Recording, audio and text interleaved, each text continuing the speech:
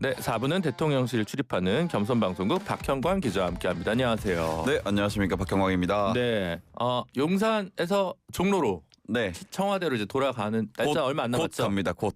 네. 정들자마자 이별이네요. 정 별로 안 들어가지고 네, 청와대로 간다라고 하니까 네. 어쨌든 기분이 좀 좋습니다. 뭐가 청와대가 좋아요? 약간 권력의 상징 아닙니까? 권력을 탐하는 박형광 기자와 함께하고 있습니다. 탐하는 건 아니고 네. 멋있어요. 일단 청와대가 고즈넉하고 네. 네, 동네가 아주 좋습니다. 그렇군요. 거듭 말씀드리지만 저는 용산 구민입니다. 죄송합니다, 영상 국민 여러분. 청와대 이전하면 예전처럼 네.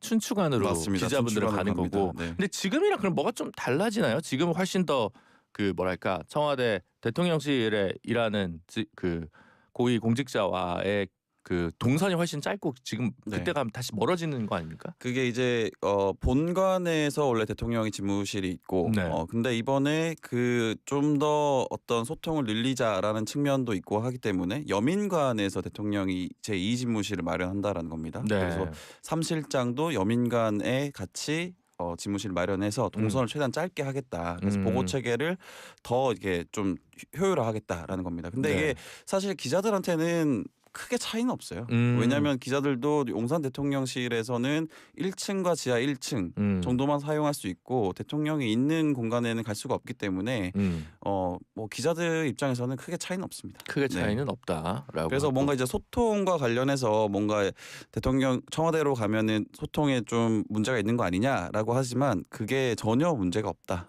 달라진 건 없다. 그냥 대통령의 의지가 중요한 것이다라고 말할 수 있을 것 같고 그 대통령 경호처에서 그런 의미에서 그 댕댕런이라고 그 청와대 앞길에 보면은 러닝 코스가 있습니다. 러닝 하시는 분들에게 굉장히 유명한 코스인데 그 경복궁을 주변으로 해서 한 8km 정도 그 코스를 다 뛰면은 그 강아지 모양의 어떤 코스가 짜여지거든요. 네. 근데 그게 청와대 앞길은 사실 원래 대통령이 들어오면 막히는 게 일반적인데 네. 그 코스를 열어준다라는 겁니다. 그래서 낮은 경호 그리고 많은 그 국민들과 소통하겠다라는 의지를 좀 내비치고 있습니다. 그렇군요. 그러면 이제 여민관 옆에 그 춘추관 그렇게 맞습니다. 한 8분 정도 걸립니다. 거리로. 네. 그렇죠. 여민관 굉장히 건물이 낡았었는데 맞습니다. 제가 아직까지 가본 그대로입니다. 기억으로는 좀 근무 조건이 안 좋다고 생각하실 수도 냉난방이 좀 하여튼 오래된 건물이긴 합니다. 거기가. 네. 근데 여러분이 기억하시는 그 지붕 있는 진짜 청기화가 돼 있는 건 본관이고요. 본관이죠. 예. 대부분의 공무원들은 거기서 일하지 않습니다. 맞습니다. 네. 그거 그냥 보여주기 위한 네. 곳이라고 봐도 될 겁니다. 그리고 뭐 이제 소통과 관련해서는 뭐 이제 좀 더 덧붙이자면 어쨌든 대통령이 그 유튜브 기반의 언론 매체 저를 포함해서 매체를 받았기 때문에 조금 더 국민과 소통을 늘리겠다라는 의지가 확고한 상황이다라고 네. 보시면 될 것 같습니다. 지금 대통령실의 최고 그 뉴스는 업무 보고입니다. 맞습니다. 근데 너무 많아서 다 따라가질 못하겠어요. 따라갈 수는 없어요. 오늘도 오전이 국토교통부였나요? 오후가 질병관리청 보건복지부 뭐 이런 데들이었던 것 네, 같은데. 저는 이제 국방부만 기다리고 있습니다. 네, 그래요? 국방부가 네. 재밌을 것 같아가지고. 네. 그래서 지금 계속 하고 있는데 요거 지금 너무 많은 것들을 좀 하고 있다라는 만기칠람이다라는 비판도 좀 있는 것 같고. 네, 그만큼 사실 어떻게 보면 대통령의 학습 능력이나 그리고 학습하는 시간이 길다라는 뜻도 되고 네. 사실 기자들 입장에서는 방금 말씀하신 것처럼 다 따라가기 힘들다. 네. 그래서 업무적으로 좀 상당한 고통을 좀 겪고 있긴 한데 또 한편으로는 기자들도 할 만한 거리들이 많아졌다. 그럼으로써 취재할 거리도 많아졌다라는 면에서는 좋습니다. 그래서 마감이 걱정이 되었던 그 아이템 걱정이 됐는데 그거는 좀 덜었다라고 할 수 있고 그리고 실제로 그 생중계를 하고 있기 때문에 기자들이 각 부처의 어떤 그 브레인이 누군지를 알 수 있기 때문에 취재 포인트를 알 수 있다는 점에서는 좀 좋은 것 같습니다. 그렇군요. 네, 오늘은 오후에는 보건복지부, 질병관리청, 식약처, 문체부, 국가유산청, 국민권익위 이렇게 됐다고 하는데요. 그러다 보니까 이제 공무원분들도 굉장히 긴장을 할 것 같아요. 아무거나 막 물어보잖아요. 맞습니다. 네, 이게 짜여진 각본이 아니니까. 이게 또 말씀을 드려야 되는 게 짜여진 각본은 없지만 네. 그 우리 국감이 그 국회에서 할 때처럼 사전 질의를 국감에서 하면 기관이 받지 않습니까? 네네. 사전 질의서를. 그렇기 때문에 이 지금 업무 보고도 각 부처에서 대통령실과 어느 정도는 좀 조율한다. 어느 정도 이 정도는 대통령의 관심 사안이니까 살펴봐라 정도는 얘기한다. 그래서 최근에 논란이 됐던 인천공항공사 이학재 그 사장도 네. 미리 대통령실에서 힌트를 줬다라는 겁니다. 네. 근데 이게 좀 학습이 안 된 것 같다라는 게 대통령실 입장입니다. 그거는 별로 이렇게 정치적 이유가 있었던 것은 아니다. 네. 논란이 많았잖아요. 이학재 인천공항 사장이 사실은 이제 국민의힘 그 중진 의원 출신이니까 맞습니다. 삼선이죠. 나가란 얘기 아니냐로 네. 보여지는데.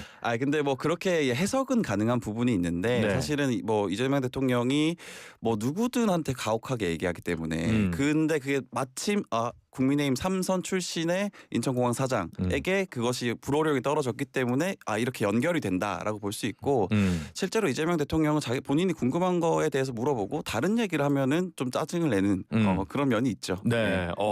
박형광, 이재명 저격. 네. 오늘 썸네일 나왔습니다. 짜증이 많다. 알겠습니다. 일을 열심히 하십니다. 네. 네. 제일 그 논란 중에 하나가 지금 환단고기 논란입니다. 맞습니다. 주말에 그 김남준 대변인이 다시 진화하는 얘기까지 맞습니다. 메시지를 냈고 그럼에도 불구하고 또 김준혁 의원이었나요? 오늘 네. 또 네. 핵심은 그게 아니고 박지향 이사장이 문제다라고 해서 덮어지려고 하는 이슈를 다시 꺼내는. 네, 네. 그래서 이분은 친명이 아니구나라는 생각도 했는데 이 논란 지금 대통령실에서 어떻게 보고 있습니까? 사실은 이 논란은 이게 분위기를 좀 전해드리면 어느 정도 대통령이 안 해도 될 말을 했다. 그래서 이걸 좀 진화하는데 애를 먹고 있다는 분위기가 읽힙니다. 기자들도 그렇게 느끼고 있고요. 사실 이재명 대통령이 왜 그렇게 얘기를 했을까, 왜 그런 환단고기와 관련한 얘기를 했을까라는 배경을 좀 살펴보면 그 이덕일 사학자로 네. 알려진 이덕일 한가람 역사문화연구소장이 사실 환단고기 론자라고 해야 될까요? 네. 환단고기와 관련해서 굉장히 옹호적인 입장인데 이게 사실 뭐 이덕일 소장이랑 그 이재명 대통령이 좀 가깝다. 친분이 있다. 예, 굉장히 가까운 사이다. 그래서 이덕일 이 소장을 동북아 역사재단에 앉히고 싶어 한다는 말도 있는데 그것은 뭐 이제 확인되진 않았지만 네. 어쨌든 가까워서 그분에게 좀 영향을 받았을 거다라고 하는 게 그 이제 업계 입장입니다. 그렇군요. 학계 입장이죠. 그러면 업계가 아니라. 이덕일 그분은 이제 동북아 재단 이사장이 되긴 어렵겠네요. 뭐 근데 뭐 능력이 있다면은 네. 밀고 갈 수 있는 거죠. 그렇군요. 네, 박사이시죠. 숭실대 사학 박사신데. 네, 실제로 이제 이덕일 소장이 그 김현구 고려대 명예교수에 대해서 좀 비판을 했고 이게 명예훼손으로 그 재판까지 갔는데 네. 1심에서 유죄가 나왔고 2심에서 무죄가 나왔습니다. 네.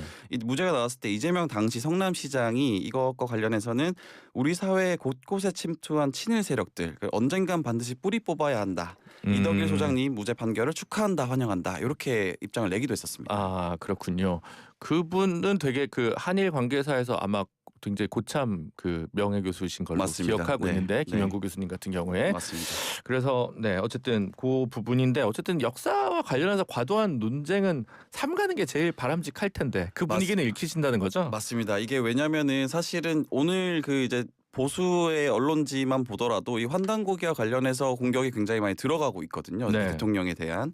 그래서 이제 사실 뭐 내란 종식과 관련한 이슈에서 보수지나 혹은 이제 국민의힘 쪽에서 주제를 바꿔서 네. 대통령을 공격할 포인트를 줬다라는 네. 점에서 조금 대통령실에서는 이거 좀 잘못한 거 아닌가라는 분위기가 읽힙니다. 네. 그 통일교 얘기해 볼게요. 사실 엄밀하게 통일교라고 원래 얘기한 적은 없어서 저는 네. 뭐 제일사랑교회나 여러 가지를 같이 엮어서 얘기한 게 아니었나 메시지는 이런 생각을 하지만 네. 어쨌든 전국은 통일교 게이트로 흘러가고 있습니다. 민주당 의원들 맞습니다. 특히 친명 의원이었던 평가받는 임종성 전 의원 같은 경우 지금 또 어제 기사에서 네팔 가는 비행기를 또 제공받았다라는 얘기가 나오지 여러 얘기들이 않습니까? 나오고 있죠. 네. 그런 상황에서 이 통일교 특검 대통령실 지금 분위기는 어떻습니까? 뭐 이게 사실은 대통령실에서는 언급을 하고 싶어 하지 않는 분위기입니다. 예, 당에서 알아서 하라라는 분위기고 이게 사실 뭐 통일교와 관련해서 지금 나오는 것 자체는 윤영호 전 본부장의 말밖에 없기 때문에 이것과 관련해서 특검을 하는 것은 좀 이른 것 아닌가라는 게 민주당 입장입니다. 여야 엄정한 수사를 지시한 건 대통령 입장인데 네, 네. 특검이라고 하는 경로에 대해서는 말을 아끼고 있는 분위기다. 그렇죠. 특검까지 갈 만한 사안인가라고 했을 때는 좀 퀘스천 마크입니다. 근데 그 어쨌든 전재수 장관은 던졌잖아요. 장관직을 던졌죠. 예. 장관직을 던졌고 김경수 지방시대 위원장 같은 경우는 네. 보도 난 것은 통일교 측에서 접촉을 시도했는데 접촉을 거절했다. 네. 이렇게 됐고 맞습니다. 정동영 대표는 나 한 번 갔다 이렇게 네, 됐는데 네. 그럼 만나기만 했다. 정동영 대표에 대해서는 굳이 사표가 필요 없다 이렇게 보는 분위기인 거고요. 맞습니다. 이게 지금 뭐 어쨌든 지난번에도 말씀드렸지만 전재수 장관 같은 경우에는 본인이 지금은 떳떳하다라는 입장이기 때문에 그렇다고 봤을 때는 부산시장에 나갈 수 있는 오히려 명분을 마련했다라고 볼 수도 있는 겁니다. 네. 그렇게 보고 있는 분위기다라고 네. 하는 거죠. 그러면 요것도 좀 얘기를 해볼까요? 대통령실 업무 보고 오늘 보니까 예. 그 뭐죠? 탈모약 얘기도 다시. 내가 22년 대선 때 공약이었다가 이번에 공약은 뺐는데 네. 이거 건강보험 되는 건지 한번 이재명은 검토라도 좀 심습니다. 그거 예. 그 문구죠. 예, 네. 그거 한번 검토해봐라. 이런 얘기도 있었고 그 다음에 그 국민건강보험공단 쪽에서 과잉 진료 때문에 특사경 주는 것도 지시를 하는 장면이 오늘 있었는데 이렇게 이런 그 실제 조금 더 구체적인 업무 지시, 네. 정책 솔루션은 이것도 어느 정도는 그러면 다른 참모진들도 아는 건가요? 아니면 거기서 이제 대통령이 연구를 하다가 고민을 갖고 이거는 이제 본인 입장에선 준비된 발언 이렇게 보는 건가요? 아 이게 사실은 대통령이 어떤 얘기를 할지 참모들도 모른다고 합니다. 근데 다만 대통령의 관심사안이 뭔지 정도를 파악하려고 하고 그것에 대해서 부처에게 좀 전달한다. 요 정도고 정말 대통령이 본인이 생각해서 본인이 평소에 생각하던 솔루션 혹은 방향들을 물어본다고 합니다. 알겠습니다. 민주당이 오늘 의총을 통해서 내란 재판 특별법 관련해 가지고 네. 위헌 소지가 있던 부분은 상당히 많이 수정을 했습니다. 맞습니다. 제가 생각했던 범위도 훨씬 벗어날 네. 정도로 대폭 수정을 했는데 네. 대통령실과 이것은 또 조율이 추가적으로 된 부분입니까? 네, 제가 민주당 쪽에 취재를 해보니까 이거 대통령실과는 매일매일 연락하고 있고 네. 이 부분은 조율된 게 맞다라고 하더라고요. 네. 그래서 이게 지금 내란 전담 재판부 관련해서 명칭과 관련해서도 지난 3일 법사위를 통과한 법안 이름을 보면 12.3 윤석열 비상계엄 등에 대한 전담 재판부 설치 이렇게 돼 있는데 12.3과 윤석열을 뺐죠. 이게 왜 그러냐면 특정 사건에 대한 처분적 법률이라는 지적을 굳이 감수할 필요는 없다. 예, 그렇게 해서 뺐고 대통령실에서도 내란 전담 재판부 설치와 관련해서는 원칙적으로 생각이 같지만 당과 생각이 같지만 위헌 소지를 최소화할 수 있다 해야 된다라는 의견을 냈기 때문에 이거는 당과 당정이 보조를 맞추고 있다라고 볼 수 있습니다. 네. 네. 그러니까 이제 딱 12.3 윤석열 이렇게 특정하지 않고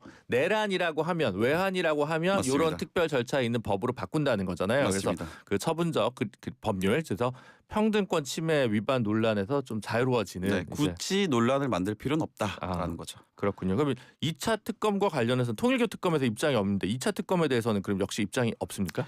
그 대통령실에서는 명확한 입장을 내는 것을 좀 곤란해하는 상황입니다. 그 곤란해하는 이유는 뭘까요? 근데 물론 분위기를 제가 원칙적으로는 그렇게 이제 그것과 관련해서는 정확한 워딩을 하지 않는다라는 것이지만 분위기를 살펴보면은 사실은 이게 특검이 필요하다면 해야 된다라는 분위기고 다만 제가 좀 만났던 고위 관계자는 이게 선거를 앞두고 이 특검 2기까지 한다라는 것은 정무적으로 판단했을 때 무리가 있지 않느냐라고 말하는 분도 있었습니다. 그렇군요. 특히 이번 주에 또 여기저기 보니까 이 통일교 걸로 지지율이 좀 떨어지다 보니까 네. 여러 가지 낮은 자세가 또 보이는 측면 같은데요.